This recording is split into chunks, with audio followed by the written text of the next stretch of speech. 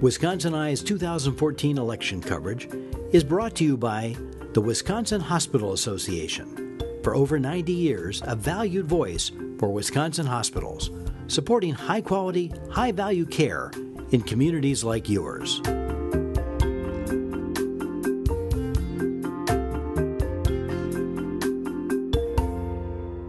Wisconsin Eye coverage of the 2014 elections continues with an interview with Mr. Leon Hebert of Fort Atkinson. He's a Republican running in the 43rd Assembly District. Leon, welcome back to Wisconsin Eye. Oh, thank you. It's a pleasure to be here. And a programming note, Wisconsin Eye appreciates the support of the Wisconsin Hospital Association, which represents more than 139 hospitals and health systems, for making these candidate interviews possible. Mr. Hebert, we were talking, you have a fascinating background. Raised on a farm, lumberjack, Air Force, and then you were an American Airlines pilot? That's true. And you've been now operating a farm for a few years? That's right, about 14 years. Well, why did you decide to get into politics or running for the Assembly? Well, the Assembly needs help. Our country needs help. And I think that I have quite a bit of experience, life experiences, and I think that I can be helpful in steering our state in a good direction for the citizens, for the benefit of the citizens and our nation. Okay. What are your biggest concerns about some of the recent decisions made in the Capitol, Mr. Hebert? Well, okay, voter ID, I mean, that's rather recent. Yeah. I believe, it's hard for me to believe or even accept the fact that we are not required to provide positive identification when we go to vote for such an important thing to our republic, proper voting procedures. Okay. That's one issue, okay. And your website, or no, I'm sorry, the Jamesburg Gazette, when it reported on your announcement for candidacy, said you plan to focus on public schools? Oh, most definitely. That's probably the main thing, because I feel our public schools certainly in need of renovation. We have to get back to basics. In my opinion, rightfully we should be trying other approaches to the public education, but I feel that until we are willing to get back to the basics, of which our country is founded on, those values and principles we have long held, we're just barking up the wrong tree. It won't work. What changes then, if you're a member of the Assembly, would you vote for in the next budget for our K-12 funding then? What changes to put our schools back on track, to use your term? Yeah. Well, when it comes to funding, you know, I'm not that sure of how funding works out. I'd like to stay off of that. I would like to go to my main point. Go ahead. What's the point of additional funding if we don't get back to basics? To me, it's wasted money. Okay. A big issue here is the issue of school choice and vouchers. Yes. How do you feel about those, sir? Well, I feel good about those, but again, they should be expanded. But I still say even those have to get back to basic. Maybe they already are. I don't know, but I would want to investigate that facet of the charter schools and the vouchers. Well, right now there's a 1,000 student limit on choice students across the state. Do you think that 1,000 student limit should stay in place, or should it be taken off? Well, taken off, you mean the question would be decreased or added? Either way. Yeah, either way. Well, from what I see so far, added. Added, yeah. Okay. Recently, Governor Walker asked the legislature, which you want to serve in, to repeal the Common Core standards. Yeah. Talk to me about your position on that. I'm so proud of my Governor Walker. He has done magnificent deeds in regards like light rail and Obamacare, and I know he's running into problems right now in that regard, but I still, in the long run, I'm hoping that Governor Walker will find a way to repeal Common Core. Encourage others to help him in that regard. If there was a vote in the Assembly and you're serving in it, you would vote to get rid of the Common Core standards? Most definitely. I encourage others to do the same thing. Okay. Your reason for that? Well, Mainly because I have studied a little bit, and the math. I have gotten by in my life during my life with regular math, and I see the complicated procedures that they're having our kids go through to arrive at a simple answer. And more than that, they're even getting into values. You studied a little more. They're even getting into sexual matters where anything goes there. And to me, this is terrible. And I would not send, if there's any way I could avoid it, I wouldn't send any of my children to a school who won't go back to those core values. I would call the common code that we as Americans have had for so many years. Yeah, repeal Common Core big time. Transportation, highways, pretty important in the 43rd Assembly District, isn't it? Yes, it is, yeah. Well, but the Wisconsin Taxpayers Alliance says if you keep funding transportation at the 2013 level, over the next 10 years, we'd be $2 billion short. So do you think there's a deficit? And if so, how would you fix it? Well, from what I gather, there is a deficit. But how I would fix it, I would simply say that we just have to, we cannot keep borrowing money for our grandchildren to pay. So we have to find a way to fix it. I don't have the answer to that. There has to be. There are people who are well knowledgeable in mathematics and budgets. There has to be a way. If it is getting rid of a few departments that are, as far as I'm concerned, causing more trouble than they're worth. Mm-hmm. Would you consider raising either the gas tax, which hasn't been increased, I think, since 2006, or the $75 you and I pay to register our cars? Well, if necessary, rather than going into debt, yes. Yes. Okay.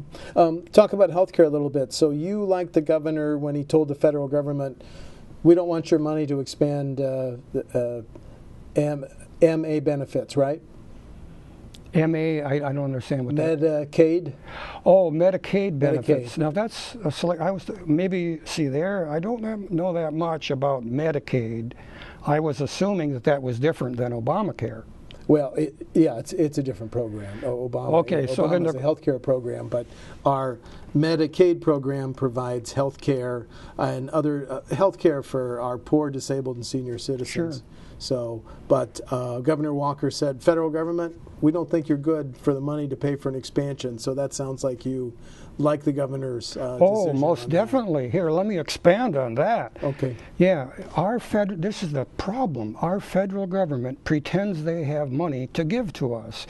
They don't have that money to give to us. They'll borrow from the Chinese or anybody else who will loan it or create it out of thin air. No, I'm in total agreement with Governor Walker on that one. Okay. There's been 3 tax cuts passed in the last 18-20 months. There's some concern that those tax cuts may trigger a deficit in the next budget. If there's a deficit, how do you think it should be made up? Any ideas? Well, not really. I'd leave that to the people who understand finances, but I still maintain we should not go into debt. Okay. That should be the last item we would consider. Okay. There must be other ways. There has to be other ways, because we can't pass that debt on to the next generations. I've talked to enough candidates to know there's going to be a bill introduced next session to legalize medical marijuana. And with that, there's likely to be a bill potentially to legalize the recreational use of marijuana. Your position on either of those? Well, as far as medical use of marijuana, I'm not a doctor. There probably are some qualities within the marijuana weed that could help a person with a medical condition. But, if that is proven and it can help, I don't see how I could be against the medical use of marijuana. What the about other, no. The recreational use, no. Okay. Yeah. One of the first bills that passed last session gave Gogebic Taconite the right to apply for that permit to open the open pit iron mine in Ashland and Iron counties. Yes. Would you have voted for that bill?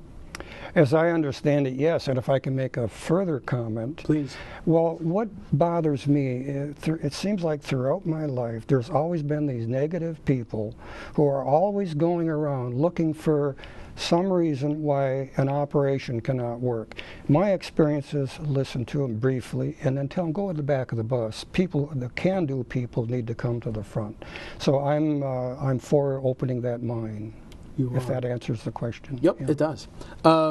First offense, drunken driving. Should it be a crime, Mr. Hebert? No, no. I was a kid one time. You know. I mean, you can't make that a crime. The kid doesn't know the consequences of what they're doing, and I would give them a break one time. You would? Yeah. Okay, we've talked about a bunch of issues. What other issues are key to your campaign that I haven't asked you about, sir? You've pretty well covered them. And there's one thing maybe we shouldn't cover, and that is the differences between myself and my... Let's talk about that. You're opposing Representative Andy Jorgensen? Yeah. Good. The floor is yours, sir. Your differences. Yeah. Well, I would say for one thing, you know, I am for... freedom is of highest importance to me. And then the next one would be promoting harmony between the various factions. It could be Democrat, Republican, rich and poor. Promote harmony among these people. Matter of fact, on my campaign literature, I have Leon.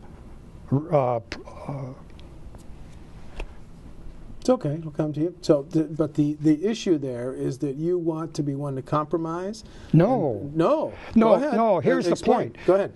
There are people you can't compromise with because they don't share the same values that we have. Look at in some countries where a nation might want to kill them all. How can you talk with that person? And I think that has happened, at least maybe it's improving, but in the past, you remember years ago when there was just a real hateful attitude between the two parties. And I maintain, I'm Republican, and I believe Republicans, their platform is better and they're more apt to be able to get along with the other party. But I've just, especially in Mr. Jorgensen, I'll signal him out. It's impossible with him. How do you mean? Have you tried to work with him on specific issues, Mr. Hebert? I tried to talk to him one time. He wouldn't talk to me. Okay. He ran off. Well, let's ask the question this way: what one or two votes has he cast that you would have voted the other way? Anything come to mind? Well, not necessarily. I haven't. Okay. That's one thing I need to do is check out his voting program. You know. Okay. But the main thing with him, he's to me, he's almost impossible to talk to about issues. He voted against the Act 10 changes that we're all well aware of. I assume you would have voted for those, sir? Oh, certainly. Yes. Why? Because I think they were needed.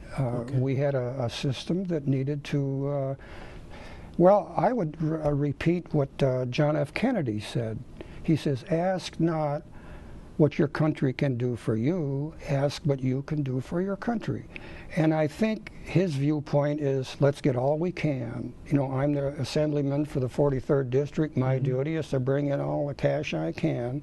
It doesn't matter where it comes from, just get it. And I resent that. I understand.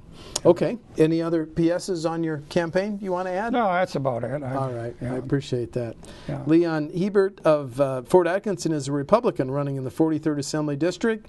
The election is November 4. Leon, good to see you again. Thank you, sir. Nice seeing you too, sir. Thank you.